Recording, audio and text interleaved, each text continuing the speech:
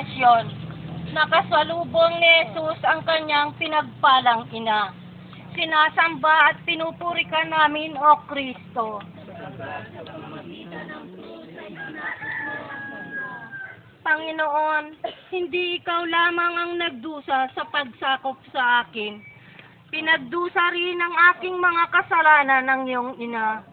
Nakikita ko ang isang pangkat ng mga lalaki at babae na lumalapit sa iyong kinaroroonan. Nangunguna sa kanila ang isang nagdadalamhating babae. Siya ay ang iyong ina.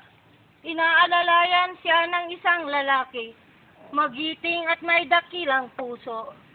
Hindi niya ikinatakot makilalang iyong tagasunod, kahit isinisigaw ng mga kaaway mo ang kanilang pagkauhaw sa iyong dugo.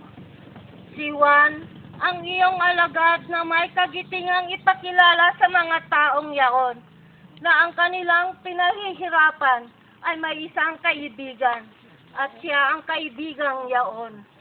Panginoon, tinawag mo ako sa lugar na ito, at dito'y inaasahan mong matutunan kong pangunahan ng iba, upang dalhin sa iyo kahit ako'y kamuhian at pagtawanan ng daigdig sa pagiging kaibigan mo.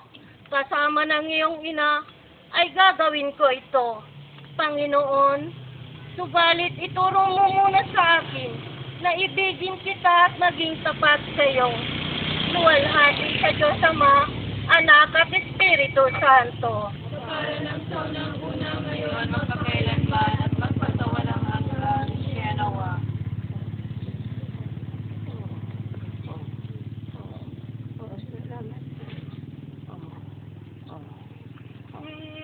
Jesus, remember me when you come into your